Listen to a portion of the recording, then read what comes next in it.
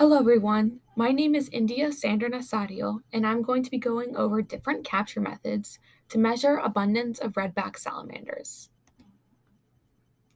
Since salamanders have porous skin and can have both terrestrial and aquatic life stages, they can be used as indicators of the health of their ecosystem.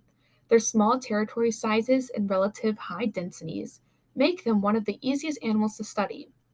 A major problem is that salamander sampling methods can be very biased and cater to specific size classes, life stages, and species, which makes it hard to collect long term data on this group.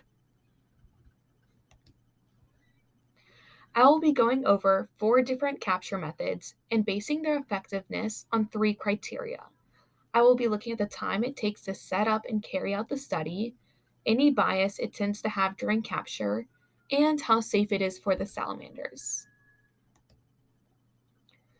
The first method is using artificial cover boards, which are when a variety of artificial objects are placed out to create areas for animals to hide under. In this video, they're looking for snakes. They cause minimal disturbance to the surrounding environment and to the salamanders themselves. They are quick to sample since you simply lift up the object and count the amount of salamanders underneath. Even though they're quick and cheap to put out in the field, they may take several months to properly weather and create a suitable microclimate that salamanders can live in. You also run the possibility of this climate never being created and wasting time and effort in the field. It can be hard to recreate this specific scenario and conditions, especially using different materials. Smaller size classes tend to avoid this type of habitat, and double counting can become a serious issue. Natural cover is a similar idea, but you use objects that are already found in the environment, like logs and rocks. It is the cheapest option since no equipment has to be used, and the samples are shown to be a really good representation of the population because we are finding them in their natural hiding spots. Large areas can easily be sampled using natural cover, and studies can cater to specific species and sizes.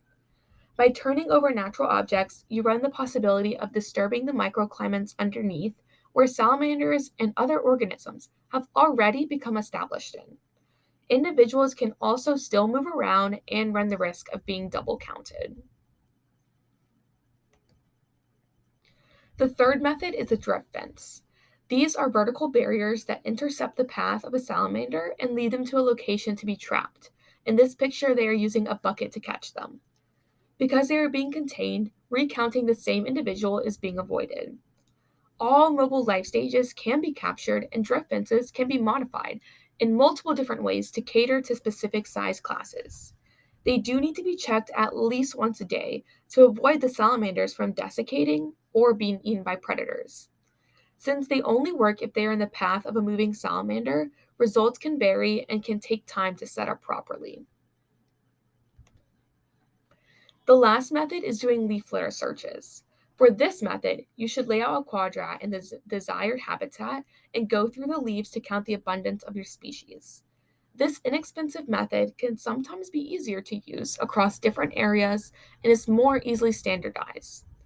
Since you are working with the salamander's natural habitat, you can avoid the complications that come from putting anything foreign in the system. Picking through leaf litter does disturb the environment and can be quite time consuming since you are having to look through so much. To avoid salamanders from being missed, searches usually happen during the day, even though counts tend to be higher at night.